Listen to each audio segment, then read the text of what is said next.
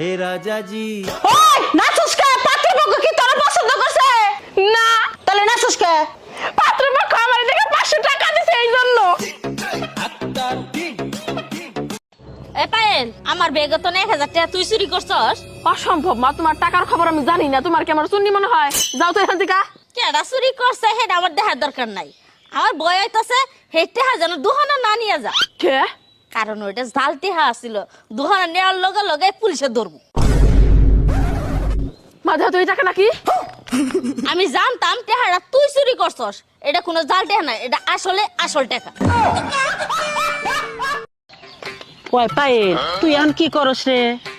পোলাপানে রে পড়াশোনা করার জন্য জ্ঞান দেই। কে তুই পড়স না? কখনো কি শুনছো উস্তাদ মাঠে নামে? আমি তো ইংলিশ বুঝি না, আমার মেয়ের সাথে কথা কন। Hello, yes, I'm fine.